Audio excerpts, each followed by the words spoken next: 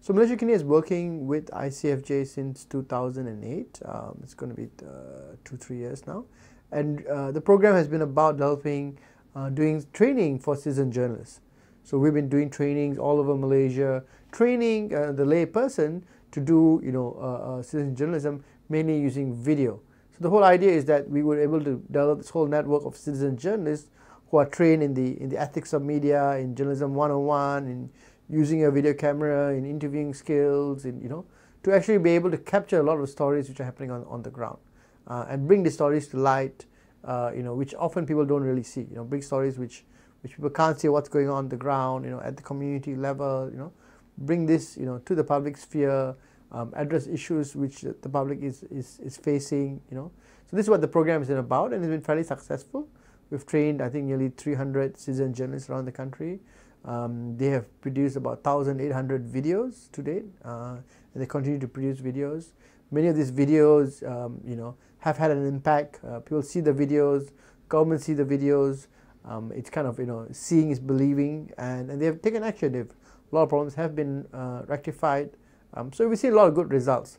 I think the question now is that how do you sustain this movement, over the longer period of time? What makes citizen journalists continue to produce content on a regular basis, without any financial reward, right? How are they involved in their community? How does that process of sustainability continue? So those are kind of challenges that we are trying to work out now.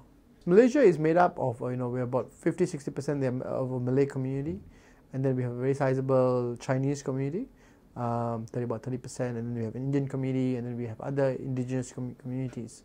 And by and large, because of the control by the traditional media, link between traditional media and government, many of the voice of these communities have been, less than heard, or have not been given priority. And this is what part and parcel of what Communities Kini is about. Is actually bringing up voices from the communities, not just for one ethnic group, but across all ethnic groups. Traditional media definitely always kind of focuses on the capital region, and there's not enough attention to paid in terms of what's happening outside the region. And this is what Community Kini is about. Now we're in the second phase of the citizen journalism training program. Now the first batch of citizen journalists are actually doing the training for the second batch of citizen journalists. And we have chapters set up. We have chapters in Penang, in Ipoh, in Johor Bahru, in Kuching, in Kota Kinabalu. So these chapters are actually training more citizen journalists in those regions. We're also kind of creating like a decentralized structure to keep the growth of citizen journalism going.